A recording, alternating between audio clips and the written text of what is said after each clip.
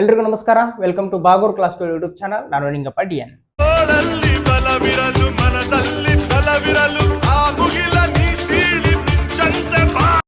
ಈ class theory class ಆಗಿರುತ್ತೆ. ಏನು ನಾವು ಸಿಂಪಲ್ ಇಂಟ್ರೆಸ್ಟ್ ಅಥವಾ ಸರಳ ಬಡ್ಡಿ ಅಂತ ಕರಿತೀವಿ, ಅದರ ಬಗೆಗಿನ ಕ್ಲಾಸ್ ಇದಾಗಿರುತ್ತೆ.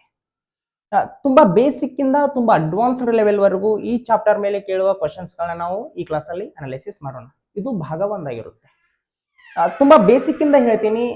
ಯಾರಿಗೆ ನನಗೆ ಇದ್ರ ಬಗ್ಗೆ ಏನು ಗೊತ್ತೇ ಇಲ್ಪ ಅನ್ನುವವರಿಗೂ ಕೂಡ ಗೊತ್ತಾಗೋ ರೀತಿ ನಾನು ಗೊತ್ತು ಮಾಡಿಸುವ ಪ್ರಯತ್ನವನ್ನ ಈ ಕ್ಲಾಸ್ ಮೂಲಕ ಮಾಡ್ತೀನಿ. ಸೊ ಎಕ್ಸಾಮ್ ದೃಷ್ಟಿಯಿಂದ ನಾವು ನೋಡೋದಾದ್ರೆ ಸಿಂಪಲ್ ಇಂಟ್ರೆಸ್ಟ್ ಚಾಪ್ಟರ್ ಮೇಲೆ ಒಂದು ಸ್ಟೇಟ್ ಗೌರ್ಮೆಂಟ್ ಎಕ್ಸಾಮ್ ನಲ್ಲಿ 6 ರಿಂದ 8 ಕ್ವಶನ್ಸ್ ಕೇಳಿದ್ದಾರೆ ಅಂತಂದ್ರೆ ಅದರಲ್ಲಿ ಒಂದು ಸಿಂಪಲ್ ಇಂಟ್ರೆಸ್ಟ್ ಮೇಲಾದ್ರೂ ಇರುತ್ತೆ ಅಥವಾ ಕಾಂಪೌಂಡ್ ಇಂಟ್ರೆಸ್ಟ್ ಮೇಲಾದ್ರೂ ಇರುತ್ತೆ. ಕಾಂಪೌಂಡ್ ಇಂಟ್ರೆಸ್ಟ್ ಚಾಪ್ಟರ್ ನ ನಾವು ಸಿಂಪಲ್ ಇಂಟ್ರೆಸ್ಟ್ ಚಾಪ್ಟರ್ ಆದ್ಮೇಲೆ ನೋಡೋಣ. When it comes to central government exams minimum 2 questions ನಮಗೆ ಸಿಂಪಲ್ ಇಂಟ್ರೆಸ್ಟ್ ಚಾಪ್ಟರ್ ಮೇಲೆ ಕೇಳಿರ್ತಾರೆ. ಸೊ ತುಂಬಾ ಇಂಪಾರ್ಟೆಂಟ್ ಆದಂತಹ ಚಾಪ್ಟರ್ ಇದು. ಈ ಕ್ಲಾಸ್ ಪೂರ್ತಿ ಮುಗಿದ ಮೇಲೆ ವಿಡಿಯೋ ಅಪ್ಲೋಡ್ ಆದ್ಮೇಲೆ ಯೂಟ್ಯೂಬ್ ನಲ್ಲಿ ವಿಡಿಯೋ ಅಪ್ಲೋಡ್ ಆದ್ಮೇಲೆ ಅರ್ಧ ಗಂಟೆಯ ನಂತರ ನಮ್ದು ವಾಟ್ಸ್ಆಪ್ ಗ್ರೂಪ್ ಇದೆ, ಬಾಗೂರು ಕ್ಲಾಸ್ ಕೇಳುವಂತ. ಡಿಸ್ಕ್ರಿಪ್ಷನ್ ಅಲ್ಲಿ ಅದರ ಲಿಂಕ್ ಹಾಕಿದ್ದೀನಿ, ನೀವು ಕೂಡ ಜಾಯಿನ್ ಆಗ್ಬೋದು. ಅಲ್ಲಿ PDF ನಿಮಗೆ ಅವೈಲೇಬಲ್ ಇರುತ್ತೆ ವಿತ್ ಸೊಲ್ಯೂಷನ್. ನೀವು ಅದರ ಮೂಲಕ ಡೌನ್ಲೋಡ್ ಮಾಡ್ಕೊಳ್ಬಹುದು. ಸೊ ಸಿಂಪಲ್ ಇಂಟ್ರೆಸ್ಟ್ ಅನ್ನೋ ಪದವನ್ನ ಅಥವಾ ಸರಳ ಬಡ್ಡಿ ಅನ್ನೋದನ್ನ ಅಥವಾ ಬಡ್ಡಿ ಅನ್ನೋದನ್ನ ನಾವು ದೈನಂದಿನ ಜೀವನದಲ್ಲಿ ಕೇಳಿರ್ತೀವಿ. ಏನಿದು ಬಡ್ಡಿ, ಏನಿದು ಸರಳ ಬಡ್ಡಿ ಅಂತಂದ್ರೆ, ನಾವು ಸರ್ಟನ್ ಅಮೌಂಟ್ ನ ಬ್ಯಾಂಕ್ ಅಲ್ಲಿ ಇಟ್ಟಾಗ ಅಥವಾ ಬ್ಯಾಂಕಿಂದ ಒಂದು ಅಮೌಂಟ್ ನ ನಾವೇನಾದ್ರೂ ಸಾಲವನ್ನಾಗಿ ಪಡೆದ್ರೆ ಆ ಅಮೌಂಟ್ ನ ಮೇಲೆ ಏನು ಬಡ್ಡಿ ಹಾಕ್ತಾರಲ್ಲ ಅದನ್ನೇ ನಾವು ಸರಳ ಬಡ್ಡಿ ಅಂತ ಕರಿತೀವಿ. ಒಂದ್ ವೇಳೆ ಆ ಬಡ್ಡಿ ಮೇಲೂ ಬಡ್ಡಿ ಬಂದ್ರೆ ಅದನ್ನ ನಾವು ಚಕ್ರ ಬಡ್ಡಿ ಅಂತ ಕರಿತೀವಿ. ಸೊ ಈ ಸರಳ ಬಡ್ಡಿ ಅಥವಾ ಬಡ್ಡಿ, ಒಂದು ಅಮೌಂಟ್ಗೆ ಬಡ್ಡಿ ಯಾಕೆ ಹಾಕ್ತಾರೆ ಅಂತಂದ್ರೆ, ದಿನ ಕಳೆದಂತೆ ದುಡ್ಡಿನ ಮೌಲ್ಯ ಕಡಿಮೆ ಆಗ್ತಾ ಬರ್ತಿರುತ್ತೆ. ಅದನ್ನೇ ನಾವು ಇನ್ಫ್ಲೇಷನ್ ಅಂತ ಕರಿತೀವಿ. ಇವಾಗ ಒಂದು 100 ರೂಪಾಯಿಗೆ ಒಂದು ಚಾಕ್ಲೇಟ್ ಸಿಗ್ತಾ ಇದೆ ಅಂತಂದ್ರೆ 10 ವರ್ಷದ ನಂತರ ಚಾಕ್ಲೇಟ್ನ ಬೆಲೆ 100ಕ್ಕಿಂತ ಜಾಸ್ತಿ ಆಗಿರುತ್ತೆ. ಇದನ್ನೇ ನಾವು ಇನ್ಫ್ಲೇಷನ್ ಅಂತ ಕರಿತೀವಿ. ಅದಕ್ಕೋಸ್ಕರ ನಾವು ಸಾಲವನ್ನಾಗಿ ತೆಗೆದುಕೊಂಡಂತ ಅಮೌಂಟ್ಗೆ ಅಥವಾ ಡೆಪಾಸಿಟ್ ಮಾಡಿದಂತ ಅಮೌಂಟ್ಗೆ ಬಡ್ಡಿಯನ್ನ ಹಾಕ್ತಿರ್ತಾರೆ. ಸೊ ಹಾಕುವಂತ ಬಡ್ಡಿ ಯಾವುದರ ಆಧಾರದ ಮೇಲೆ ಡಿಪೆಂಡ್ ಆಗಿರುತ್ತೆ. ಇವಾಗ ನಾನು ಒಂದು ಸರ್ಟನ್ ಅಮೌಂಟ್ ನ ಬ್ಯಾಂಕ್ ಅಲ್ಲಿ ಇಟ್ಟಿದ್ದೀನಿ ಅಥವಾ ಬ್ಯಾಂಕಿಂದ ಒಂದು ಅಮೌಂಟ್ ನ ನಾನು ಸಾಲವನ್ನಾಗಿ ಪಡೆದಿದ್ದೀನಿ ಅಂತಂದ್ರೆ ಅದರ ಮೇಲೆ ಅವ್ರು ಬಡ್ಡಿ ಹಾಕೋದಕ್ಕೆ ಏನಾದ್ರೂ ಮಾನದಂಡಗಳು ಇರಬೇಕಲ್ಲ. ಸೊ ಯಾವುದರ ಆಧಾರದ ಮೇಲೆ ಅವ್ರು ಹಾಕುವ ಬಡ್ಡಿ ಡಿಪೆಂಡ್ ಆಗಿರುತ್ತೆ ಅನ್ನೋದನ್ನ ನೋಡೋಣ. ಸೊ ಸರಳ ಬಡ್ಡಿ ಅಥವಾ ಸಿಂಪಲ್ ಇಂಟ್ರೆಸ್ಟ್ ಅನ್ನೋದು ಯಾವುದರ ಆಧಾರದ ಮೇಲೆ ಡಿಪೆಂಡ್ ಆಗಿರುತ್ತೆ ಅನ್ನೋದನ್ನ ನೋಡೋಣ. ಫಸ್ಟ್ ಪಾಯಿಂಟ್, ಸಿಂಪಲ್ ಇಂಟ್ರೆಸ್ಟ್ ಅನ್ನೋದು ಪ್ರಿನ್ಸಿಪಲ್ ಮೇಲೆ ಡಿಪೆಂಡ್ ಆಗಿರುತ್ತೆ. ಇದನ್ನ ಅಸಲು ಅಂತ ಕೂಡ ಕರಿತೀವಿ. ಏನಿದು ಪ್ರಿನ್ಸಿಪಲ್ ಅಂತಂದ್ರೆ, ಸಿಂಪಲ್, ಬ್ಯಾಂಕಿಂದ ನಾವು ಏನು ಅಮೌಂಟ್ ನ ಸಾಲವನ್ನಾಗಿ ತೆಗೆದುಕೊಂಡಿರ್ತೀವಿ ಅಥವಾ ಬ್ಯಾಂಕ್ ಅಲ್ಲಿ ಯಾವ ಒಂದು ಅಮೌಂಟ್ ನ ನಾವು ಡೆಪಾಸಿಟ್ ಮಾಡಿರ್ತೀವಿ ಆ ಮೊತ್ತಕ್ಕೆ ನಾವು ಅಸಲು ಅಥವಾ ಪ್ರಿನ್ಸಿಪಲ್ ಅಂತ ಕರಿತೀವಿ. ಸೊ ನಾ ಇವಾಗ ಜಾಸ್ತಿ ಅಮೌಂಟ್ ನ ಬ್ಯಾಂಕ್ ಅಲ್ಲಿ ಇಟ್ಟಿದ್ದೀನಿ ಅಂತಂದ್ರೆ ಅದರ ಮೇಲೆ ನನಗೆ ಸಿಗುವ ಬಡ್ಡಿ ಕೂಡ ಜಾಸ್ತಿ ಇರುತ್ತೆ. ಕಡಿಮೆ ಅಮೌಂಟ್ ನ ಬ್ಯಾಂಕ್ ಅಲ್ಲಿ ಇಟ್ಟಿದ್ದೀನಿ ಅಂತಂದ್ರೆ ಅದರ ಮೇಲೆ ಸಿಗುವ ಬಡ್ಡಿ ಕೂಡ ಕಡಿಮೆ ಇರುತ್ತೆ. ಜಾಸ್ತಿ ಅಮೌಂಟ್ ನ ಸಾಲವನ್ನಾಗಿ ತೆಗೆದುಕೊಂಡಿದ್ದೀನಿ ಅಂತಂದ್ರೆ ಅದರ ಮೇಲೆ ಬರುವ ಬಡ್ಡಿ ಕೂಡ ಜಾಸ್ತಿ ಇರುತ್ತೆ. ಸೊ ಸಿಂಪಲ್ ಇಂಟ್ರೆಸ್ಟ್ ಅನ್ನೋದು ಪ್ರಿನ್ಸಿಪಲ್ಗೆ ಡೈರೆಕ್ಟ್ಲಿ ಪ್ರೊಪೋರ್ಷನಲ್ ಇರುತ್ತೆ. ಅಸಲು ಜಾಸ್ತಿ ಆದಷ್ಟು ಬಡ್ಡಿ ಕೂಡ ಜಾಸ್ತಿ ಆಗ್ತಿರುತ್ತೆ. ನೆಕ್ಸ್ಟ್, ಸಿಂಪಲ್ ಇಂಟ್ರೆಸ್ಟ್ ಅನ್ನೋದು ಟೈಮ್ಗೆ ಡೈರೆಕ್ಟ್ಲಿ ಪ್ರೊಪೋರ್ಷನಲ್ ಇರುತ್ತೆ.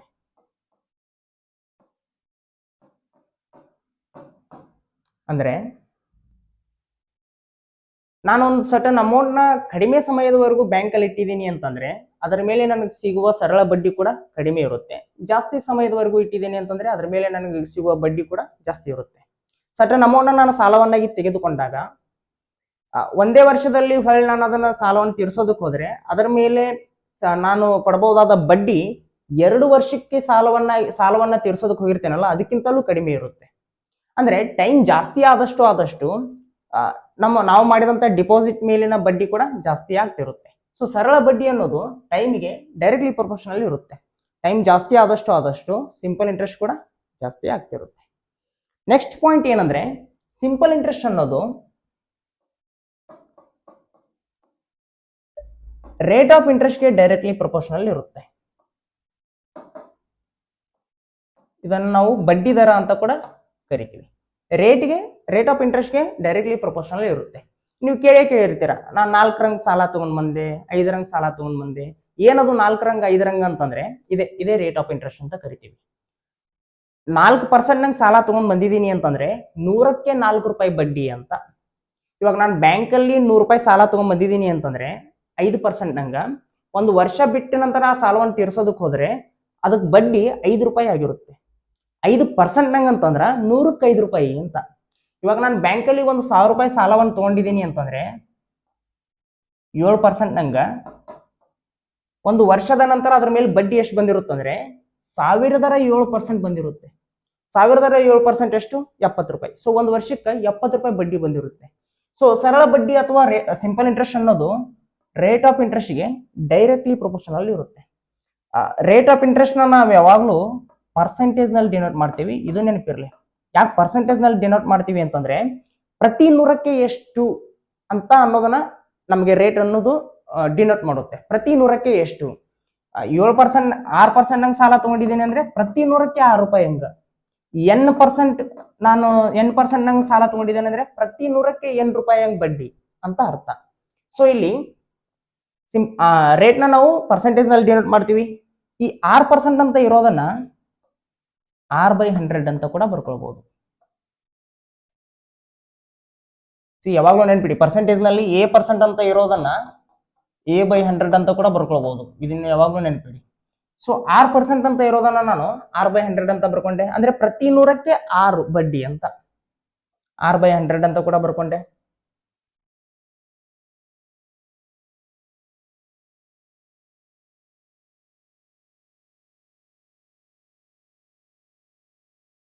ಸೊ ಸಿಂಪಲ್ ಇಂಟ್ರೆಸ್ಟ್ ಅನ್ನೋದು ಪ್ರಿನ್ಸಿಪಲ್ಗೆ ಡೈರೆಕ್ಟ್ಲಿ ಪ್ರೊಪೋರ್ಷನಲ್ ಇದೆ. ಸಿಂಪಲ್ ಇಂಟ್ರೆಸ್ಟ್ ಅನ್ನೋದು ಟೈಮಿಗೆ ಡೈರೆಕ್ಟ್ಲಿ ಪ್ರೊಪೋರ್ಷನಲ್ ಇದೆ. ಸಿಂಪಲ್ ಇಂಟ್ರೆಸ್ಟ್ ಅನ್ನೋದು ರೇಟ್ ಆಫ್ ಇಂಟ್ರೆಸ್ಟ್ಗೆ ಡೈರೆಕ್ಟ್ಲಿ ಪ್ರೊಪೋರ್ಷನಲ್ ಇದೆ. ಇವೆಲ್ಲವುಗಳ ಆಧಾರದ ಮೇಲೆಯೇ simple interest equals to PTR/100 ಅಂತ ಹೇಳ್ತಾರೆ. ಸೊ ನಿಮಗೆ ಇವಾಗ ಗೊತ್ತಾಗಿರ್ಬೋದು ಸಿಂಪಲ್ ಇಂಟ್ರೆಸ್ಟ್ ಫಾರ್ಮುಲಾ ಇದೇ ಯಾಕೆ ಬಂತು ಅಂದ್ರೆ ಈ ಕಾರಣಕ್ಕಾಗಿ. ಸಿಂಪಲ್ ಇಂಟ್ರೆಸ್ಟ್ ಅನ್ನೋದು ಇವುಗಳ ಆಧಾರದ ಮೇಲೆ ಡಿಪೆಂಡ್ ಆಗಿರುತ್ತೆ. ಅದಕ್ಕೋಸ್ಕರ simple interest equal to PTR/100 ಅಂತ ಹೇಳ್ತಾರೆ. ಸ್ಕೂಲ್ ಟೈಮಲ್ಲಿ ತುಂಬಾ ಸಲ ಇದನ್ನ ಕಲ್ತಿರ್ತೀವಿ. ಹಾಗಂತ ಫಾರ್ಮುಲಾ ಏನ್ ನೆನಪಿಡೋ ಅವಶ್ಯಕತೆ ಇಲ್ಲ. ಕಾನ್ಸೆಪ್ಟ್ ಮೇಲೆ ಕ್ಲಾರಿಟಿ ಇದ್ರೆ ಫಾರ್ಮುಲಾವನ್ನ ನಾವೇ ಡಿರೈವ್ ಮಾಡಬಹುದು. ಸೊ ಇದಿಷ್ಟು ನೀವು ನೆನಪಿಡಬೇಕಾದ ಸಂಗತಿ. ಸಿಂಪಲ್ ಇಂಟ್ರೆಸ್ಟ್ ಅನ್ನೋದು ಪ್ರಿನ್ಸಿಪಲ್ ಮೇಲೆ ಡಿಪೆಂಡ್ ಆಗಿರುತ್ತೆ. ಅಂದ್ರೆ ಪ್ರಿನ್ಸಿಪಲ್ ಜಾಸ್ತಿ ಆದಷ್ಟು ಸಿಂಪಲ್ ಇಂಟ್ರೆಸ್ಟ್ ಕೂಡ ಜಾಸ್ತಿ ಆಗ್ತಿರುತ್ತೆ. ಸಿಂಪಲ್ ಇಂಟ್ರೆಸ್ಟ್ ಅನ್ನೋದು ಟೈಮ್ ಮೇಲೆ ಡಿಪೆಂಡ್ ಆಗಿರುತ್ತೆ. ಟೈಮ್ ಜಾಸ್ತಿ ಆದಷ್ಟು ಸಿಂಪಲ್ ಇಂಟ್ರೆಸ್ಟ್ ಕೂಡ ಜಾಸ್ತಿ ಆಗ್ತಿರುತ್ತೆ. ಸಿಂಪಲ್ ಇಂಟ್ರೆಸ್ಟ್ ಅಥವಾ ಸರಳ ಬಡ್ಡಿ ಅನ್ನೋದು ರೇಟ್ ಆಫ್ ಇಂಟ್ರೆಸ್ಟ್ ಮೇಲೆ ಡಿಪೆಂಡ್ ಆಗಿರುತ್ತೆ. ರೇಟ್ ಜಾಸ್ತಿ ಆದಷ್ಟು ನಮಗೆ ಬಡ್ಡಿ ಕೂಡ ಜಾಸ್ತಿ ಆಗ್ತಿರುತ್ತೆ. ಸೊ ಒಂದೆರಡು ಕ್ವಶನ್ ನಾವೇ ನೋಡೋದಾದ್ರೆ, ನಾನು 1,000 ರೂಪಾಯಿ ಸಾಲವನ್ನಾಗಿ ತಗೊಂಡ್ಬಂದಿದ್ದೀನಿ ಬ್ಯಾಂಕಲ್ಲಿ. ರೇಟ್ ಎಷ್ಟು? 5%. ಟೈಮ್ 2 ಇಯರ್ ಅಂತ ಅನ್ಕೊಳ್ಳೋಣ. 1,000 ರೂಪಾಯಿನ ಒಂದು ಬ್ಯಾಂಕಲ್ಲಿ ಸಾಲವನ್ನಾಗಿ ತಗೊಂಡ್ಬಂದಿದ್ದೀನಿ, 5% ನಂಗೆ ರೇಟ್. ಸೊ 2 ವರ್ಷಕ್ಕೆ ಆ ಬಡ್ಡಿ ಎಷ್ಟಾಗುತ್ತೆ ಅಂತ ಇವಾಗ ಕಂಡುಹಿಡಿಬೇಕು. ಸಿಂಪಲ್ ಇಂಟ್ರೆಸ್ಟ್ ಎಷ್ಟು ಅಂತ ಹೇಳಿದ್ದಾರೆ ಅಂತ ಅನ್ಕೊಳ್ಳೋಣ. ಸೊ ಇವಾಗ ನಾವು ಬಡ್ಡಿ ಎಷ್ಟಾಗುತ್ತೆ ಅಂತ ಕಂಡುಹಿಡ್ಕೋಬೇಕು. ಸೊ ಸಿಂಪಲ್ ಆಗಿ ವಿತೌಟ್ ಫಾರ್ಮುಲಾ ಹೇಳ್ತೀನಿ ನೋಡಿ. ನೀವು ವಿತೌಟ್ ಫಾರ್ಮುಲಾನೇ ಮಾಡೋದಕ್ಕೆ ಟ್ರೈ ಮಾಡಿ. ಬಿಕಾಸ್ ನೆಕ್ಸ್ಟ್ ಬರೋ ಪ್ರಾಬ್ಲಮ್ಸ್ ಎಲ್ಲ ನಾವು ಫಾರ್ಮುಲಾ ಯೂಸ್ ಮಾಡ್ತೀವಿ ಅಂದ್ರೆ ತುಂಬಾ ಕಾಂಪ್ಲಿಕೇಟೆಡ್ ಆಗುತ್ತೆ. ಅದಕ್ಕೋಸ್ಕರ ವಿತೌಟ್ ಫಾರ್ಮುಲಾನೇ ಮಾಡ್ಲಿಕ್ಕೆ ಟ್ರೈ ಮಾಡಿ. 1 ವರ್ಷಕ್ಕೆ 5% ಅಂತಂದ್ರೆ 2 ವರ್ಷಕ್ಕೆ ಎಷ್ಟಾಗುತ್ತೆ? 10% ಆಗುತ್ತೆ. ಸೊ ಈ 1010% ನಮಗೆ ಸಿಂಪಲ್ ಇಂಟ್ರೆಸ್ಟ್ ಆಗಿರುತ್ತೆ. 1010% ಎಷ್ಟು? 100.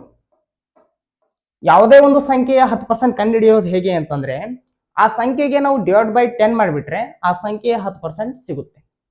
ಇವಾಗ 50ರ 10% ನಮಗೆ ಬೇಕಂತಂದ್ರೆ ಈ 50ಕ್ಕೆ ಡಿವೈಡ್ ಬೈ 10 ಮಾಡಿಬಿಟ್ರೆ ಇದರ 10% ನಮಗೆ ಸಿಗುತ್ತೆ. ಸೊ 50ರ 10% 5. ಇವಾಗ 1000ರ 10% ನಮಗೆ ಬೇಕಾದ್ರೆ ಈ 1000ಕ್ಕೆ ಡಿವೈಡ್ ಬೈ 10 ಮಾಡಿಬಿಟ್ರೆ ಈ 1000ರ 10% ನಮಗೆ ಸಿಗುತ್ತೆ. 1000ರ 10% ಎಷ್ಟು? 100. 1000ರ 10% 100. n ಅನ್ನೋ ನಂಬರ್ದರ 10% ನಮಗೆ ಬೇಕಾದ್ರೆ ಈ n ಗೆ ಡಿವೈಡ್ ಬೈ 10 ಮಾಡಿಬಿಟ್ರೆ ಈ n ಅನ್ನೋದರ 10% ನಮಗೆ ಸಿಗುತ್ತೆ.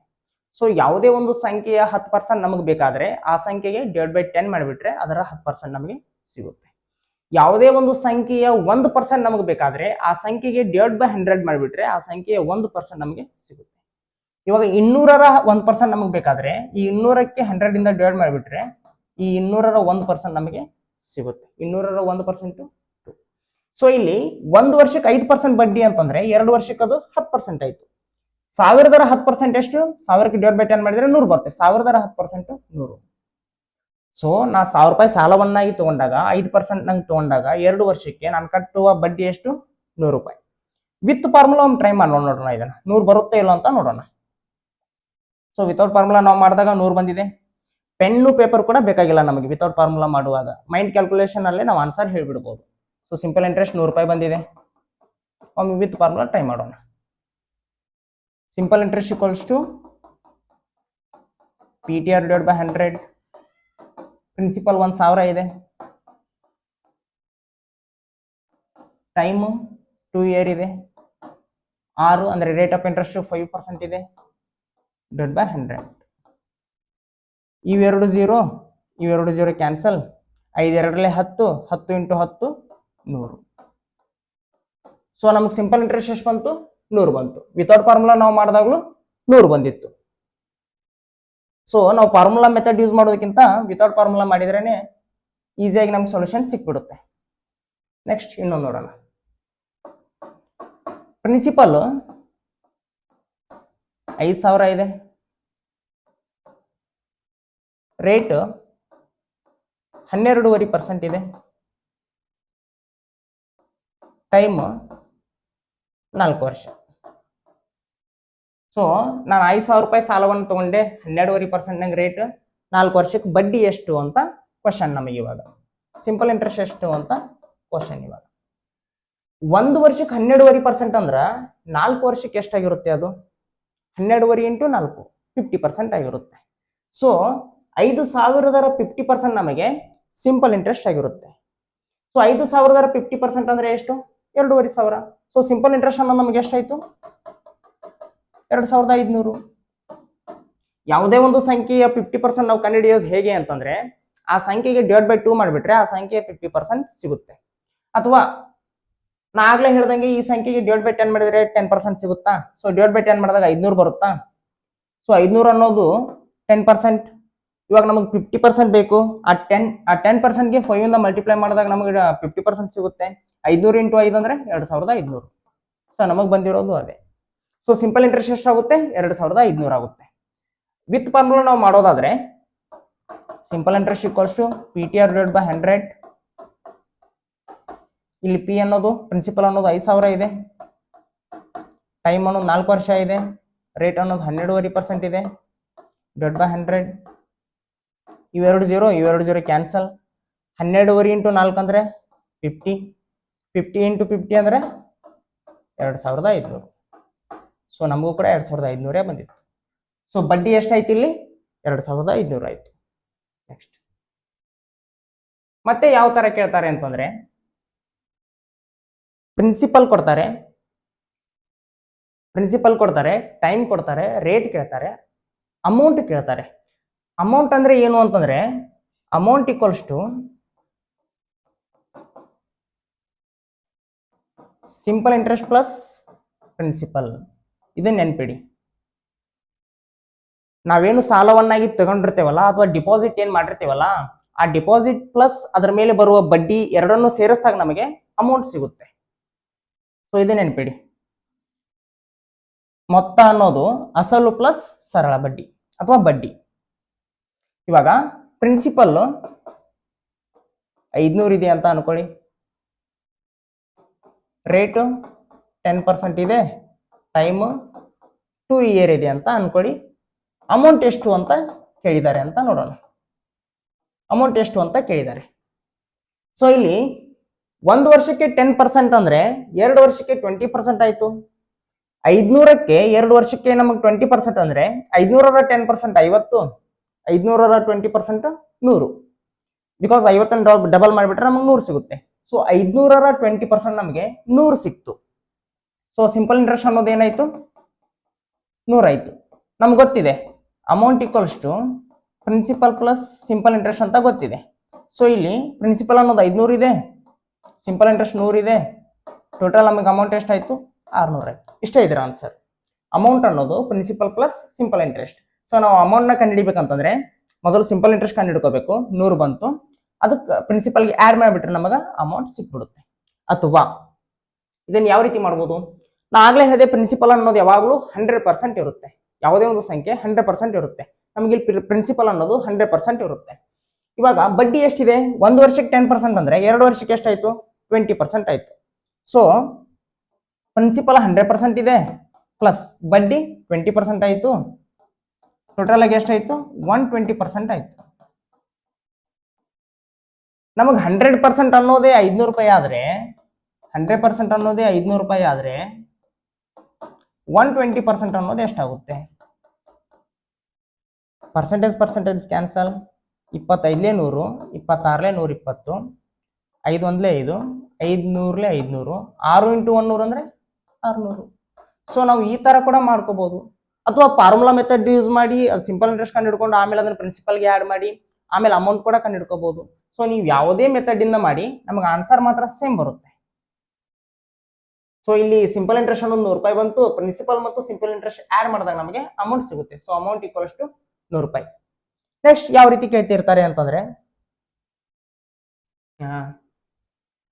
ಟೈಮ್ ಕೊಡ್ತಾರೆ, 4 ಇಯರ್ ಟೈಮ್ ಅಂತ ಅನ್ಕೊಳ್ಳೋದಾದ್ರೆ, ರೇಟ್ ಕೊಡ್ತಾರೆ 5% ಅಂತ ಅನ್ಕೊಳ್ಳೋದಾದ್ರೆ, ಸಿಂಪಲ್ ಇಂಟ್ರೆಸ್ಟ್ ಕೊಡ್ತಾರೆ 40 ಅಂತ ಅನ್ಕೊಳ್ಳೋಣ. ಪ್ರಿನ್ಸಿಪಲ್ ಎಷ್ಟು ಅಂತ ಕೇಳ್ತಿರ್ತಾರೆ. ಸೊ ಯಾವ ಮೊತ್ತವನ್ನು ನಾವು ಬ್ಯಾಂಕಲ್ಲಿ ಇಟ್ಟಾಗ 5% ನಂಗೆ ಇಟ್ಟಾಗ 4 ವರ್ಷ ಇಟ್ಟಾಗ ಅದರ ಮೇಲಿನ ಬಡ್ಡಿ 40 ರೂಪಾಯಿ ಬರುತ್ತೆ ಅಂತ ಇದರ ಅರ್ಥ. ಯಾವ ಮೊತ್ತವನ್ನು ನಾವು ಬ್ಯಾಂಕಲ್ಲಿ ಇಟ್ಟಾಗ 5% ನಂಗೆ ಇಟ್ಟಾಗ ಮತ್ತು 4 ವರ್ಷ ಇಟ್ಟಾಗ ಅದರ ಮೇಲಿನ ಬಡ್ಡಿ 40 ರೂಪಾಯಿ ಬರುತ್ತೆ ಅಂತ ಇದರ ಅರ್ಥ. ಸೊ ಇವಾಗ ವರ್ಷಕ್ಕೆ 5% ನಂಗೆ ಬಡ್ಡಿ ಅಂದ್ರೆ 4 ವರ್ಷಕ್ಕೆ ಎಷ್ಟಾಯ್ತು? 20% ಆಯ್ತು. ಸೊ ಆ 20% ಅನ್ನೋದೇ ನಮಗ 40 ರೂಪಾಯಿ ಬಡ್ಡಿ ಇದೆ. 20% ಬಡ್ಡಿ ಅನ್ನೋದೇ ನಮಗ 40 ರೂಪಾಯಿ ಇದೆ. ಸೊ ಪ್ರಿನ್ಸಿಪಲ್ ಅನ್ನೋದು ಯಾವಾಗಲೂ 100% ಇರುತ್ತೆ. ಹಾಗಾದ್ರೆ 100% ಅನ್ನೋದು ಎಷ್ಟಾಗುತ್ತೆ? ನಮ್ಗೆ ಕೇಳಿರೋದು ಪ್ರಿನ್ಸಿಪಲ್ ಇವಾಗ. So percentage cancel. 21ಲೇ 22ಲೇ 40, 100 × 2 ಅಂದ್ರೆ 200. ಸೊ ಪ್ರಿನ್ಸಿಪಲ್ ಅನ್ನೋದು ನಮಗೆ ಎಷ್ಟು ಸಿಕ್ತು? 200 ಸಿಕ್ತು. ಸೊ ಬ್ಯಾಂಕಲ್ಲಿ ನಾನು 200 ರೂಪಾಯಿನ 5% ನಂಗೆ 4 ವರ್ಷ ಇಟ್ರೆ 40 ರೂಪಾಯಿ ನನಗೆ ಬಡ್ಡಿ ಬರುತ್ತೆ. ವಿತ್ ಫಾರ್ಮುಲಾ ಇದನ್ನು ಮಾಡೋದಾದ್ರೆ ಸಿಂಪಲ್ ಇಂಟ್ರೆಸ್ಟ್ ಈಕ್ವಲ್ಸ್ ಟು ಏನು? Simple interest equal to PTR / 100. Simple interest ಎಷ್ಟಿದೆ? 40 ರೂಪಾಯಿ. 40 ರೂಪಾಯಿ ಇದೆ. ಪ್ರಿನ್ಸಿಪಲ್ ಗೊತ್ತಿಲ್ಲ ನಮಗೆ. ಟೈಮ್ ಅನ್ನೋದು ಎಷ್ಟಿದೆ? 4 ವರ್ಷ ಇದೆ. ರೇಟ್ ಅನ್ನೋದು ಎಷ್ಟಿದೆ? 5% ಇದೆ. / 100. 4 1ಲೇ 4, 4 10ಲೇ 40, 5 1ಲೇ 5, 5 20ಲೇ 100, 20 × 10 ಅಂದ್ರೆ ಸಾರಿ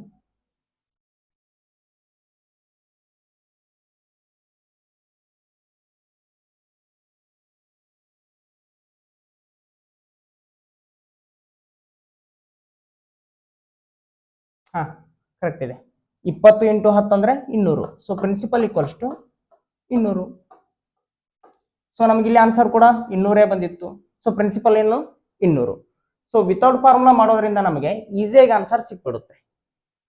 ಸೊ ಇವುಗಳ ಮೇಲೆ ಪ್ರಾಬ್ಲಮ್ಗಳನ್ನ ನೋಡ್ಬಿಡೋಣ. ಮೊದಲನೇ ಪ್ರಾಬ್ಲಮ್, 10% ಬಡ್ಡಿ ದರದಲ್ಲಿ 3 ವರ್ಷಕ್ಕೆ ರೂಪಾಯಿ 500ರ ಮೇಲೆ ಸರಳ ಬಡ್ಡಿಯನ್ನು ಕಂಡುಹಿಡಿಯಿರಿ ಅಂತ ಕೇಳಿದಾರೆ.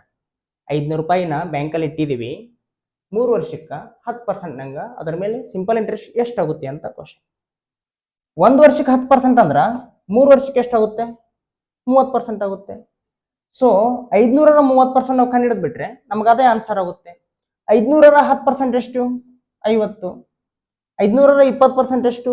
100. 500ರ 30% ಎಷ್ಟು? 150. So option C 150 is the right answer. ಅಥವಾ ಪ್ರಿನ್ಸಿಪಲ್ ಅನ್ನೋದು ಯಾವಾಗಲೂ 100% ಇರುತ್ತೆ. ಸೊ 100% ಅನ್ನೋದೇ ನಮಗ 500 ಆಗಿದ್ರೆ ಬಡ್ಡಿ ಎಷ್ಟಿದೆ? 3 × 10% ಅಂದ್ರೆ 30% ಬಡ್ಡಿ ಇದೆ. ಸೊ 30% ಅನ್ನೋದು ಎಷ್ಟು? Percentage cancel. 100 1ಲೇ 100, 105ಲೇ 500, 30 × 5 ಅಂದ್ರೆ 150. ಸೊ ಸೇಮ್ ಆನ್ಸರ್ ಬಂತು. ವಿತ್ ಫಾರ್ಮುಲಾ ಇದನ್ನ ಮಾಡೋದಾದ್ರೆ simple interest equal to PTR / 100. Simple interest ನಾವು ಕಂಡುಹಿಡಿಬೇಕಾಗಿದೆ. ಪಿ ಅನ್ನೋದು ಎಷ್ಟಿದೆ? ಪ್ರಿನ್ಸಿಪಲ್ 500 ಇದೆ. ಟೈಮ್ ಅನ್ನೋದು ಎಷ್ಟಿದೆ? 3 ವರ್ಷ ಇದೆ. ಆರ್ ಅನ್ನೋದು ಎಷ್ಟಿದೆ? 10% ಇದೆ. / 100. ಇವೆರಡು 0 ಕ್ಯಾನ್ಸಲ್. 10 3 30, 30 ಇಂಟು 5 ಅಂದರೆ 150. ಸೊ ನಾವು ಹೇಗೆ ಮಾಡಿದ್ರು ಆನ್ಸರ್ ನಮಗೆ option C 150 is the right answer. Next question, ವಾರ್ಷಿಕ 15% ಬಡ್ಡಿ ದರದಲ್ಲಿ 3 ವರ್ಷಕ್ಕೆ ಒಂದು ಮೊತ್ತದ ಮೇಲಿನ ಬಡ್ಡಿ 7,200 ಮೊತ್ತವನ್ನು ಕಂಡುಹಿಡಿಯಿರಿ ಅಂತ ಕೇಳಿದಾರೆ. ಸೊ ಇಲ್ಲಿ ಸಿಂಪಲ್ ಇಂಟ್ರೆಸ್ಟ್ ಕೊಟ್ಟಿದಾರ, ಸರಳ ಬಡ್ಡಿ ಎಷ್ಟಂತ ಕೊಟ್ಟಿದಾರ, ಬಡ್ಡಿ ದರ ಕೂಡ ಕೊಟ್ಟಿದಾರ, ಟೈಮ್ ಎಷ್ಟಂತ ಕೂಡ ಕೊಟ್ಟಿದಾರ. ನಾ ಯಾವುದೋ ಒಂದು ಅಮೌಂಟ್ ನ ಬ್ಯಾಂಕಲ್ಲಿ ಇಟ್ಟಿದ್ದೀನಿ, 15% ನಂಗೆ ಇಟ್ಟಿದ್ದೀನಿ ಬಡ್ಡಿ ದರ, 3 ವರ್ಷಕ್ಕೆ ಅದು 7,200 ರೂಪಾಯಿ ಬಡ್ಡಿ ಆಗಿದೆ. ಹಾಗಾದ್ರೆ ನಾ ಇಟ್ಟಂತ ಅಮೌಂಟ್ ಎಷ್ಟು, ನಾ ಇಟ್ಟಂತ ಅಸಲು ಎಷ್ಟು, ನಾ ಇಟ್ಟಂತ ಪ್ರಿನ್ಸಿಪಲ್ ಎಷ್ಟು ಅಂತ ಕ್ವಶನ್. 1 ವರ್ಷಕ್ಕೆ 15% ಅಂದ್ರ 3 ವರ್ಷಕ್ಕೆ ಎಷ್ಟಾಯ್ತು, 15 3 45% ಆಯ್ತು. ಸೊ ಆ 45% ಅನ್ನೋದೇ 7,200 ಆಗಿದೆ. 45% ಬಡ್ಡಿ ಬಂತ ನಮಗ, ಆ ಬಡ್ಡಿನೇ 7,200 ಆಗಿದೆ. ಪ್ರಿನ್ಸಿಪಲ್ ಅನ್ನೋದು ಯಾವಾಗಲೂ 100% ಇರುತ್ತೆ. ಸೊ 100% ಅನ್ನೋದು ಎಷ್ಟು, ಪರ್ಸೆಂಟೇಜ್ ಕ್ಯಾನ್ಸಲ್. 5 9 45, 5 20 100, 9 1 9, 9 8 72, 2 0. ಸೊ 800 ಇಂಟು 20 ಅಂದರೆ 8 8 16, 3 0 3 0, 16,000. Option A 16,000 is the right answer. So 16,000 ರೂಪಾಯಿನ ಏನಾದರೂ ಬ್ಯಾಂಕಲ್ಲಿ 15% 3 ವರ್ಷ ಇಟ್ಟರೆ ಅದ್ರ ಬಡ್ಡಿ 7,200 ಆಗಿರುತ್ತೆ. ವಿತ್ ಫಾರ್ಮುಲಾ ನಾವು ಇದನ್ನು ಮಾಡೋದಾದ್ರೆ ನಮ್ಗೆ simple interest S I equals to simple interest equal to P T R divided by 100 ಅಂತ ಗೊತ್ತಿದೆ. ಸಿಂಪಲ್ ಇಂಟ್ರೆಸ್ಟ್ ಆಲ್ರೆಡಿ ಕೊಟ್ಟಿದ್ದಾರೆ 7,200 ಅಂತ. ಪ್ರಿನ್ಸಿಪಲ್ ನಮ್ಗೆ ಗೊತ್ತಿಲ್ಲ, ಟೈಮು 3 ವರ್ಷ ಕೊಟ್ಟಿದ್ದಾರೆ, ರೇಟು 15% ಇದೆ, ಡಿವೈಡೆಡ್ ಬೈ 100. 5 3 15, 5 20 100, 3 ಇಂಟು 3 ಅಂದರೆ 9, 9 1 9, 9 8 72, 800 ಇಂಟು 20 ಮಾಡಿದರೆ 16,000 ಬರುತ್ತೆ. So option A 16,000 is the right answer. Next question, ವಾರ್ಷಿಕ ಯಾವ ದರದಲ್ಲಿ 600ರ ಸರಳ ಬಡ್ಡಿಯು 10 ವರ್ಷಗಳಲ್ಲಿ 120 ಆಗಿರುತ್ತೆ ಅಂತ ಕ್ವಶನ್ ಇದೆ. ಸೊ ಇಲ್ಲಿ ಏನು ಕೊಟ್ಟಿದಾರ, ಪ್ರಿನ್ಸಿಪಲ್ ಕೊಟ್ಟಿದಾರ, ಟೈಮ್ ಕೊಟ್ಟಿದಾರ, ಸಿಂಪಲ್ ಇಂಟ್ರೆಸ್ಟ್ ಕೂಡ ಕೊಟ್ಟಿದಾರ, ರೇಟ್ ಆಫ್ ಇಂಟ್ರೆಸ್ಟ್ ಎಷ್ಟು ಅಂತ ಕ್ವಶನ್ ಕೇಳಿದಾರ. 600ಕ್ಕೆ 120 ಬಡ್ಡಿ ಆಗಿದೆ ಅಂದ್ರೆ ಎಷ್ಟು ಪರ್ಸೆಂಟ್ ಆದಂಗ ಅಂತ ನಾವು ಮೊದಲು ಕಂಡುಹಿಡ್ಕೋಬೇಕು. 600ಕ್ಕೆ 120 ಬಡ್ಡಿ ಆಗಿದೆ ಅಂದ್ರೆ 100ಕ್ಕೆ ಎಷ್ಟು ಪರ್ಸೆಂಟ್ ಬಡ್ಡಿ ಆದಂಗ, ಎಷ್ಟು ಪರ್ಸೆಂಟ್ ಆದಂಗ, ಇವೆರಡು 0 ಕ್ಯಾನ್ಸಲ್, 6 1 6, 6 2 12, 20% ನಮಗೆ ಬಡ್ಡಿ ಆದಂಗ. ಒಟ್ಟು 20% ನಮಗ ಬಡ್ಡಿ ಆದಂಗ. ಎಷ್ಟು ವರ್ಷದೊಳಗ, 10 ವರ್ಷದೊಳಗ. 10 ವರ್ಷಕ್ಕೆ 20% ಬಡ್ಡಿ ಆಗಿದೆ ಅಂದ್ರೆ ನಮ್ಗೆ ರೇಟ್ ಆಫ್ ಇಂಟ್ರೆಸ್ಟ್ ಯಾವಾಗಲೂ ಪ್ರತಿ ವರ್ಷಕ್ಕೆ ಎಷ್ಟು ಅಂತ ಇರಬೇಕು. ಸೊ 10 ವರ್ಷಕ್ಕೆ 20% ಬಡ್ಡಿ ಆಗಿದೆ ಅಂದ್ರೆ ಪ್ರತಿ ವರ್ಷಕ್ಕೆ ಎಷ್ಟು ಬಡ್ಡಿ ಆದಂಗ, 20% ಡಿವೈಡ್ ಬೈ 10 ಏನ್ ಬಂತು, 2% ಬಂತು. ಸೊ ಪ್ರತಿ ವರ್ಷಕ್ಕೆ 2% ನಮಗೆ ಬಡ್ಡಿ ಆದಂಗ. ಮತ್ತೊಮ್ಮೆ ಹೇಳ್ತಾ ಇದ್ದೀನಿ, 600 ರೂಪಾಯಿ ಪ್ರಿನ್ಸಿಪಲ್ಗೆ, 600 ರೂಪಾಯಿ ಅಸಲಿಗೆ 120 ರೂಪಾಯಿ ಬಡ್ಡಿ ಬರ್ತಾ ಇದೆ. ಸೊ ಎಷ್ಟು ಪರ್ಸೆಂಟ್ ಬಡ್ಡಿ ಬಂದಂಗ, 20% ಬಡ್ಡಿ ಬಂದಂಗ. ಎಷ್ಟು ವರ್ಷಗಳಲ್ಲಿ, 10 ವರ್ಷಗಳಲ್ಲಿ 20% ಬಡ್ಡಿ ಬಂತು.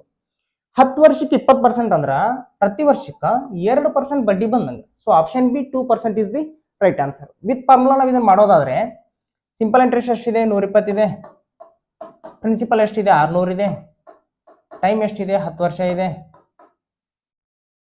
ರೇಟ್ ನಮಗೆ ಗೊತ್ತಿಲ್ಲ, ಡಿವೈಡ್ ಬೈ 100. ಇವೆರಡು 0 ಕ್ಯಾನ್ಸಲ್, 6 1 6, 6 2 12, 6 20 120, 20 ಡಿವೈಡ್ ಬೈ 10 ಅಂದ್ರೆ R ಈಕ್ವಲ್ಸ್ ಟು 2 ಬಂತು.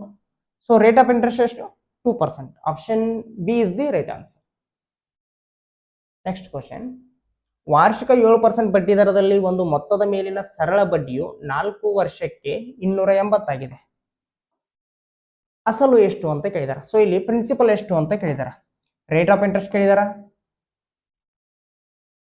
ಟೈಮ್ ಕೊಟ್ಟಿದಾರ, ಸಿಂಪಲ್ ಇಂಟ್ರೆಸ್ಟ್ ಕೂಡ ಕೊಟ್ಟಿದಾರ, ಪ್ರಿನ್ಸಿಪಲ್ ಎಷ್ಟು ಅಂತ ಕೇಳಿದಾರ. ಸೊ 1 ವರ್ಷಕ್ಕೆ 7% ಅಂದ್ರ 4 ವರ್ಷಕ್ಕೆ ಎಷ್ಟಾಗುತ್ತೆ, 7 4 28, 28% ಆಗುತ್ತೆ. ಸೊ ಆ 28% ಅನ್ನೋದೇ ನಮಗ 280 ಆಗಿದೆ. 28% ಅನ್ನೋದೇ ನಮಗ 280 ಆದ್ರೆ ಪ್ರಿನ್ಸಿಪಲ್ ಯಾವಾಗಲೂ 100% ಇರುತ್ತೆ. ಸೊ 100% ಅನ್ನೋದು ಎಷ್ಟಾಗುತ್ತೆ, ಪರ್ಸೆಂಟೇಜ್ ಕ್ಯಾನ್ಸಲ್, 28 1 28, 28 10 280, 100 ಇಂಟು 10 ಅಂದ್ರೆ 1000.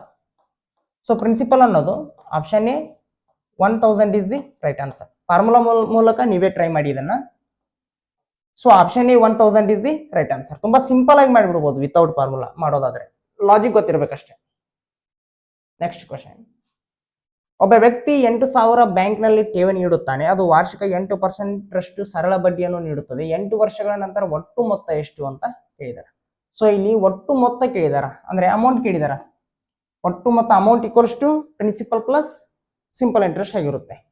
ಸೊ ನಾವು ಯಾವ್ಯಾವ ರೀತಿ ಮಾಡ್ಬೋದು ಇದನ್ನ, ಈ 8,000 ರೂಪಾಯಿಕ 8% ನಂಗೆ ಬಡ್ಡಿ ಕೊಟ್ರೆ 8 ವರ್ಷಕ್ಕೆ ಎಷ್ಟು ಸರಳ ಬಡ್ಡಿ ಬರುತ್ತೆ ಅಂತ ಕಂಡಿಡ್ಕೊಂಡು ಆ ಸರಳ ಬಡ್ಡಿಯನ್ನ 8,000 ರೂಪಾಯಿಗೆ ಆಡ್ ಮಾಡಿದ್ರು ಆನ್ಸರ್ ಬರುತ್ತೆ.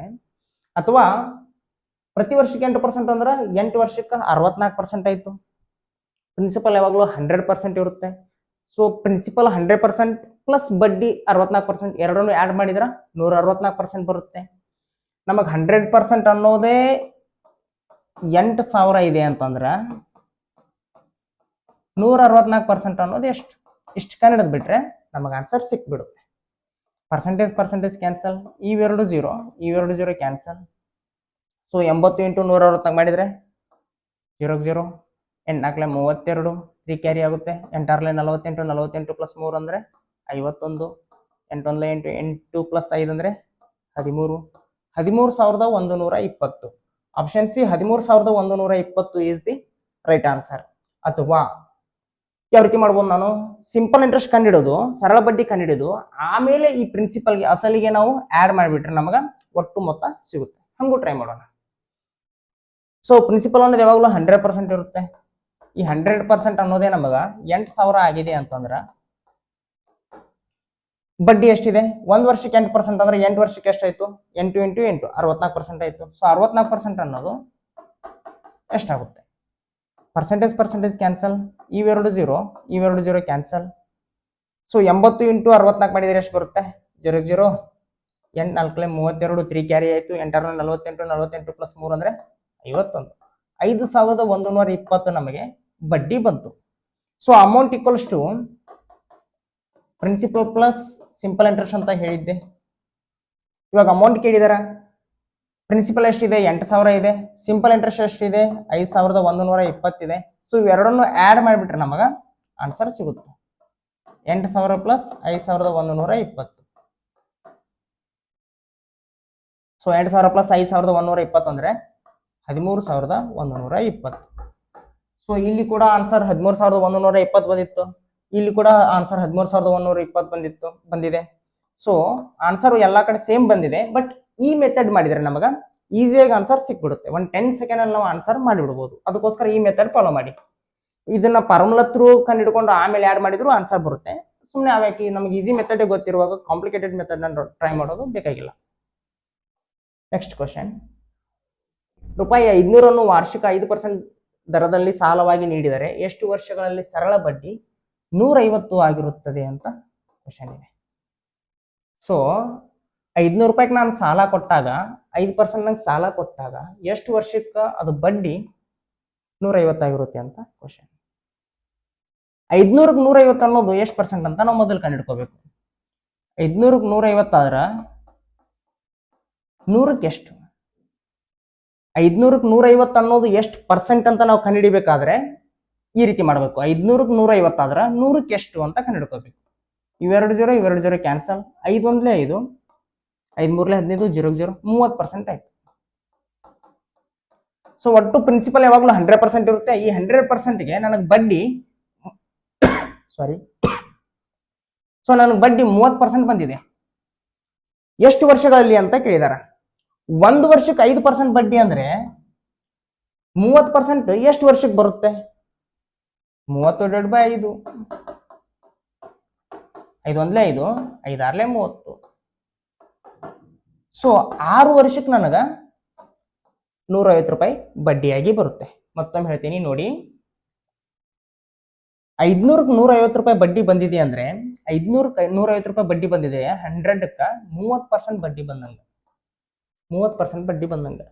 ಪ್ರತಿ ವರ್ಷಕ್ಕೆ 5% ನಮಗೆ ಬಡ್ಡಿ ಬರುತ್ತೆ. ಹಾಗಾದ್ರೆ ಇಲ್ಲಿ 30% ಬಂದಿದೆ ಅಂತಂದ್ರೆ 6 ವರ್ಷಕ್ಕೆ 30% ಬಂದಿದೆ ಅಂತ ಅರ್ಥ. ಮೊದಲನೇ ವರ್ಷ 5% ಬಂದಿರುತ್ತೆ, ಎರಡನೇ ವರ್ಷ 10%, ಮೂರನೇ ವರ್ಷ 15, ನಾಲ್ಕನೇ ವರ್ಷ 20, ಐದನೇ ವರ್ಷ 25, ಆರನೇ ವರ್ಷ 30%. ಸೊ 30% ನಮಗೆ ಬಡ್ಡಿ ಬಂದಿದೆ ಅಂದ್ರೆ ಎಷ್ಟು ವರ್ಷದಲ್ಲಿ? 6 ವರ್ಷದಲ್ಲಿ 30% ಬಡ್ಡಿ ಬಂದಿದೆ. Option C is the right answer. With formula ನೀವು ಟ್ರೈ ಮಾಡಬಹುದು. ನೆಕ್ಸ್ಟ್ ಕ್ವಶನ್, 6 ತಿಂಗಳವರೆಗೆ 10% ದರದಲ್ಲಿ for 6 months at an interest rate of 10% per annum. ಇದು ವಾರ್ಷಿಕ ಅಂತ ಆಗಬೇಕು.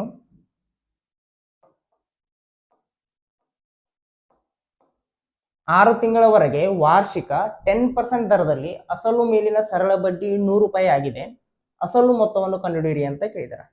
ಸೊ 6 ತಿಂಗಳೊಳಗ ಒಂದು ಅಸಲಿನ ಮೇಲಿನ ಬಡ್ಡಿ 10% ನಂಗೆ ಸಾಲವಾಗಿ ತೆಗೆದುಕೊಂಡಿರುವ ಬಡ್ಡಿ 100 ರೂಪಾಯಿ ಆಗಿದೆ ಅಂತ. ಸೊ ಅಸಲು ಎಷ್ಟು ಅಂತ ಕೇಳಿದಾರೆ. 6 ತಿಂಗಳಿಗೆ 100 ರೂಪಾಯಿ ಬಡ್ಡಿ ಆಗಿದೆ ಅಂದ್ರೆ 12 ತಿಂಗಳಿಗೆ ಎಷ್ಟು ಆಗ್ತಾ ಇತ್ತು? 200 ಆಗ್ತಾ ಇತ್ತು.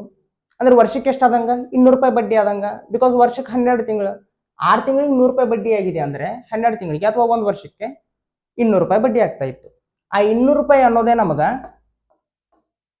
10%. ಬಿಕಾಸ್ ವರ್ಷಕ್ಕ ಆ ಪ್ರಿನ್ಸಿಪಲ್ ಮೇಲೆ 10% ಬಡ್ಡಿ ಬರ್ತಾ ಇದೆ. ಇವಾಗ 200 ರೂಪಾಯಿ ಬಡ್ಡಿ ಬಂದಿದೆ ಅಂದ್ರೆ 200 ರೂಪಾಯಿ ಅನ್ನೋದು ನಮಗ 10%, ಪ್ರಿನ್ಸಿಪಲ್ದ 10%. ಸೊ 10% ಅನ್ನೋದೇ ನಮಗೆ 200 ರೂಪಾಯಿ ಆದ್ರೆ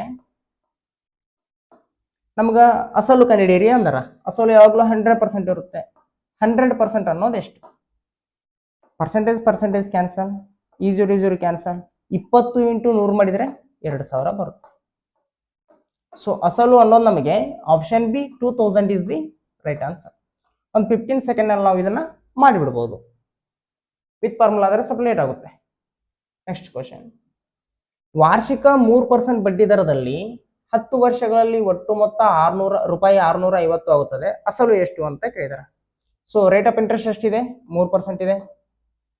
ಎಷ್ಟು ವರ್ಷಗಳಲ್ಲಿ? 10 ವರ್ಷಗಳಲ್ಲಿ. ಒಟ್ಟು ಮೊತ್ತ 650 ರೂಪಾಯಿ ಆಗುತ್ತಂತ.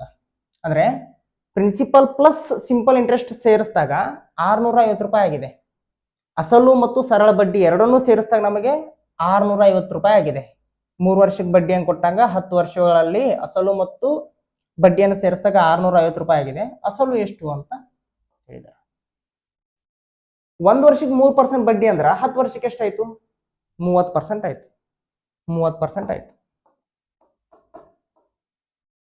ನಮಗಿಲ್ಲಿ ಅಮೌಂಟ್ ಕೊಟ್ಟಿದ್ದಾರೆ. ಅಮೌಂಟ್ ಎಷ್ಟಿದೆ? ಒಟ್ಟು ಮೊತ್ತ 650 ಇದೆ. ಅಮೌಂಟ್ ಯಾವಾಗ ಬರುತ್ತೆ ಅಂದ್ರೆ ಪ್ರಿನ್ಸಿಪಲ್ ಪ್ಲಸ್ ನಾವು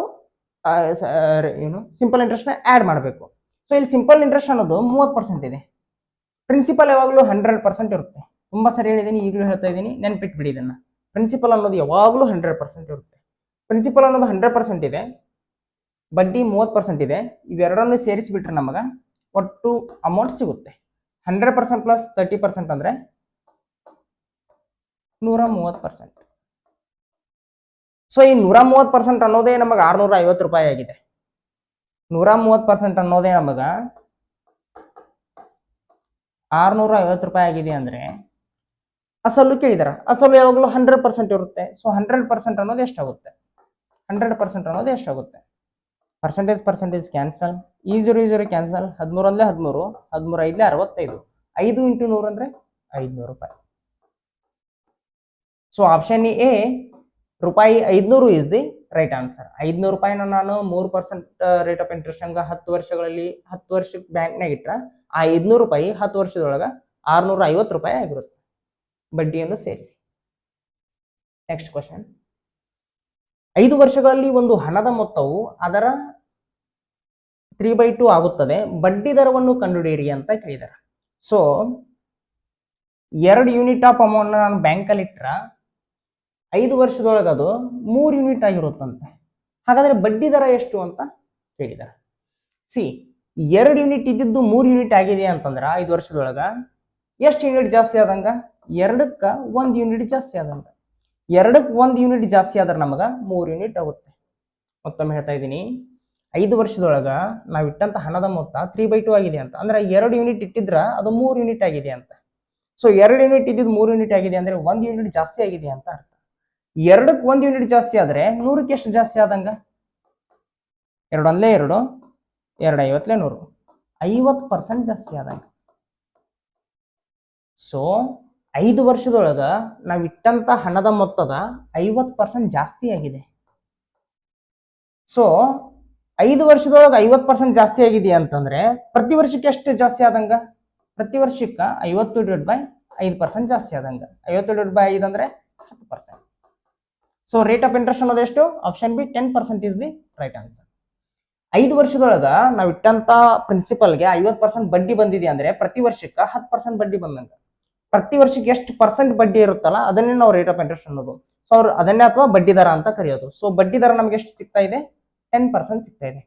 ಸ್ವಲ್ಪ ನೀರು ಕುಡಿತೀನಿ.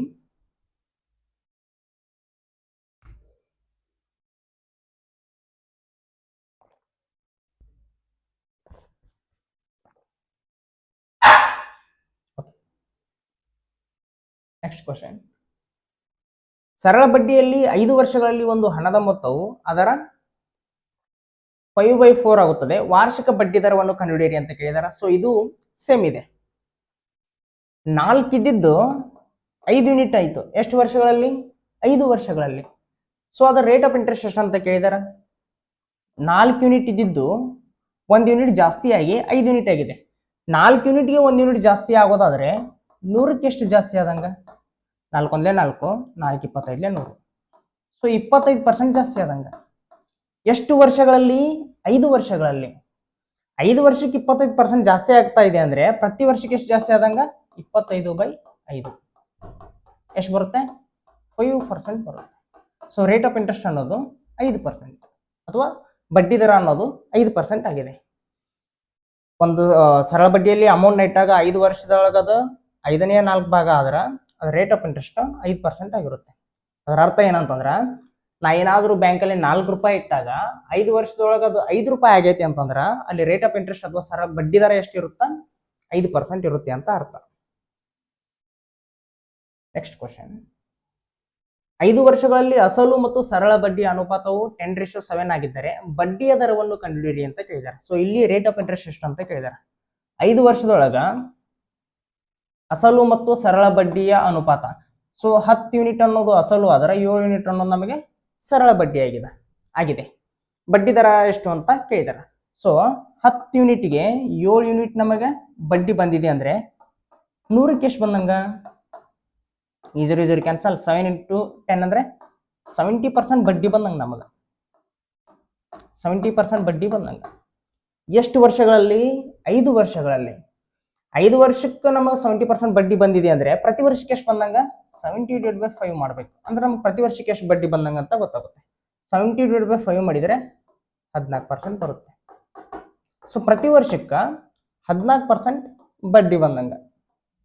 ಅಂದ್ರೆ 14% ಬಡ್ಡಿ ದರದಂಗ ನಾನು 10 ರೂಪಾಯಿನ 5 ವರ್ಷಗಳ ಕಾಲ ಬ್ಯಾಂಕಲ್ಲಿ ಇಟ್ರ 5 ವರ್ಷದೊಳಗೆ ಅದು ಬಡ್ಡಿ 7 ರೂಪಾಯಿ ಆಗಿರುತ್ತೆ. ಇಷ್ಟ ಇದರ ಅರ್ಥ. Next question. 2 ಸಮಾನ ಮೊತ್ತವನ್ನು ವಾರ್ಷಿಕವಾಗಿ 7% ಮತ್ತು 9% ರಂತೆ 5 ಮತ್ತು 3 ವರ್ಷಗಳವರೆಗೆ ಠೇವಣಿ ಮಾಡಿದಾಗ ಅವುಗಳ ಸರಳ ಬಡ್ಡಿಯ ವ್ಯತ್ಯಾಸವು ರೂಪಾಯಿ 475 ಆಗಿದೆ. ಠೇವಣಿ ಮಾಡಿದ ಮೊತ್ತವನ್ನು ಕಂಡುಹಿಡಿಯಿರಿ ಅಂತ ಕೇಳಿದಾರೆ. ಸೊ ಒಂದ್ ಸರ್ಟನ್ ಅಮೌಂಟ್ನ ನಾನು ಬ್ಯಾಂಕಲ್ಲಿ ಇಟ್ಟಿದ್ದೀನಿ, ಸಮಾನವಾದ ಅಮೌಂಟ್ನ ಇಟ್ಟಿದ್ದೀನಿ. ಒಂದ್ರ ಮೇಲೆ 7% ಬಡ್ಡಿ ಬರ್ತಾ ಇದೆ, ಇನ್ನೊಂದ್ರ ಮೇಲೆ 9% ಬಡ್ಡಿ ಬರ್ತಾ ಇದೆ. ಮತ್ತೊಮ್ಮೆ ಹೇಳ್ತಾ ಇದ್ದೀನಿ, 2 ಸಮಾನವಾದ ಅಮೌಂಟ್ನ ನಾನು ಬ್ಯಾಂಕಲ್ಲಿ ಇಟ್ಟಿದ್ದೀನಿ.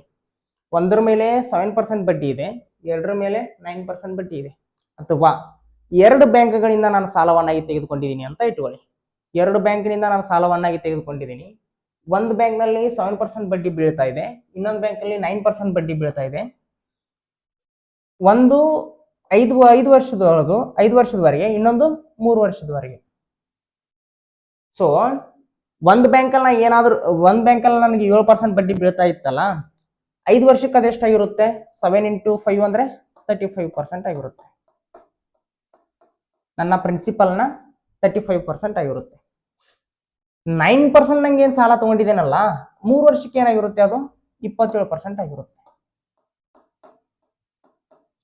2 ಬ್ಯಾಂಕ್ಗಳಿಂದ ಸಮಾನವಾದ ಮೊತ್ತವನ್ನು ನಾನು ಸಾಲವನ್ನಾಗಿ ತೆಗೆದುಕೊಂಡಿದ್ದೀನಿ. ಒಂದು ಬ್ಯಾಂಕಲ್ಲಿ 7% ಬಡ್ಡಿ ಇದೆ, ಅದು 5 ವರ್ಷಕ್ಕೆ 35% ಆಗಿರುತ್ತೆ ಬಡ್ಡಿ. ಇನ್ನೊಂದು ಬ್ಯಾಂಕಲ್ಲಿ 9% ಇದೆ, 3 ವರ್ಷಕ್ಕೆ 27% ಆಗಿರುತ್ತೆ. ಸೊ ಏನ್ ಕೊಟ್ಟಿದಾರ? ಮಾಡಿದಾಗ ಅವುಗಳ ಸರಳ ಬಡ್ಡಿಯ ವ್ಯತ್ಯಾಸವು ಇಲ್ಲೇನ್ ಸರಳ ಬಡ್ಡಿಗಳು ಅದಾವಲ್ಲ ಇವುಗಳ ವ್ಯತ್ಯಾಸ 475 ಆಗಿದೆ ಅಂತ. ಹಾಗಾದ್ರೆ ಠೇವಣಿ ಮಾಡಿದ ಮೊತ್ತವನ್ನು ಕಂಡುಹಿಡಿಯಿರಿ ಅಂತ ಹೇಳಿದ್ದಾರೆ. ಸೊ 35 ಮೈನಸ್ 27 ಅಂದ್ರೆ 8%. ಈ 8% ಅನ್ನೋದೇ ನಮಗ 475. ಸೊ ಇವಾಗ ಅಸಲು ಕೇಳಿದಾರ, ಠೇವಣಿ ಮಾಡಿದ ಮೊತ್ತ ಕೇಳಿದಾರ, ಪ್ರಿನ್ಸಿಪಲ್ ಕೇಳಿದಾರ. ಪ್ರಿನ್ಸಿಪಲ್ ಅನ್ನೋದು ಯಾವಾಗಲೂ 100% ಇರುತ್ತೆ. 8% ಅನ್ನೋದೇ ನಮಗೆ 475 ಆದ್ರೆ 8% ಅನ್ನೋದೇ 475 ಆಗೋದಾದ್ರೆ 100% ಅನ್ನೋದು ಎಷ್ಟು?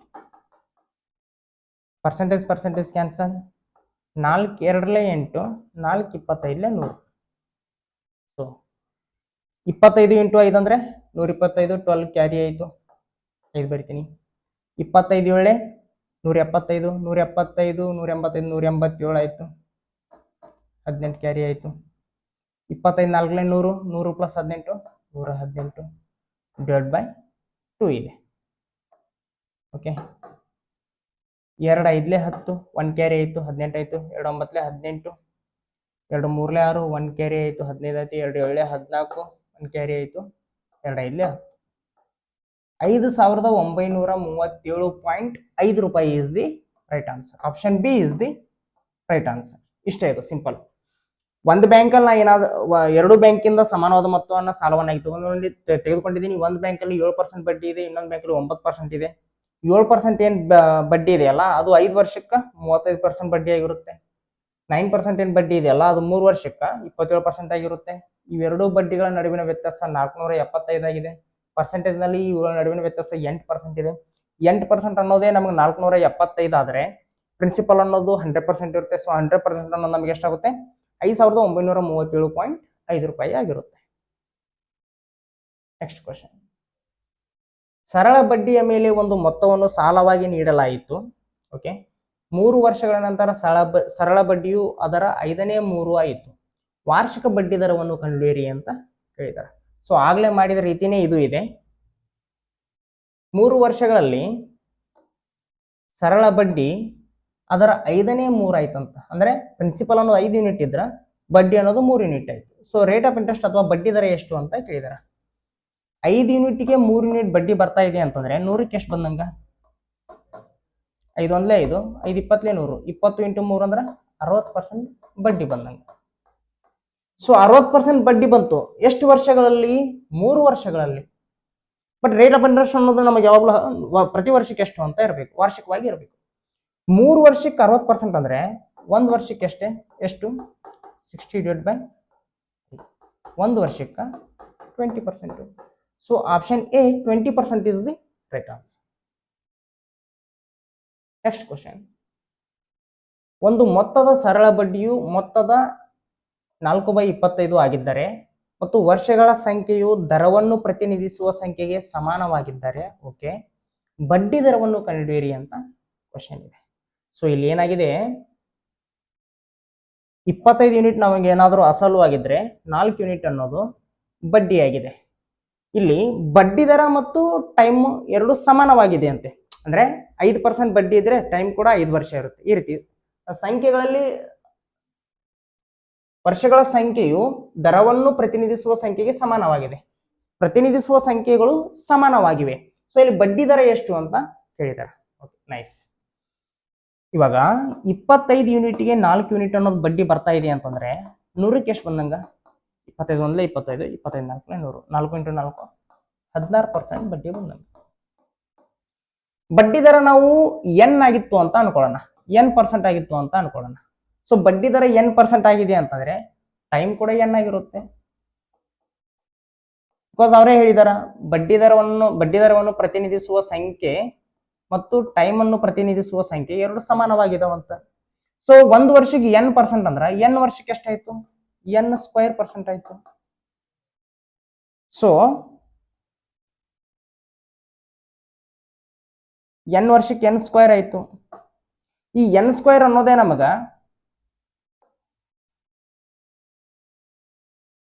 1 ವರ್ಷಕ್ಕೆ n% ಅಂದ್ರ n ವರ್ಷಕ್ಕೆ n² ಆಗುತ್ತೆ. ಈ n² ಅನ್ನೋದೇ ನಮಗ 16% ಆಗಿದೆ. Percentage cancel. n equals to square ಈ ಕಡೆ ಬಂದರೆ ಸ್ಕ್ವೇರ್ ರೂಟ್ ಆಗುತ್ತೆ. ಸ್ಕ್ವೇರ್ ರೂಟ್ 16 ಅಂದರೆ 4 ಆಗುತ್ತೆ.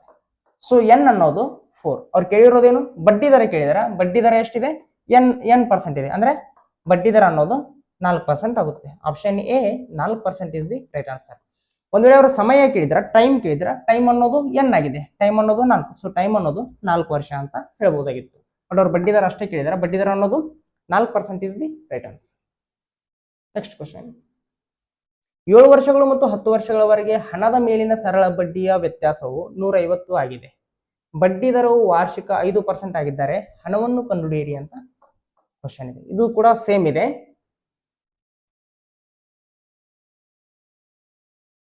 ಓಕೆ,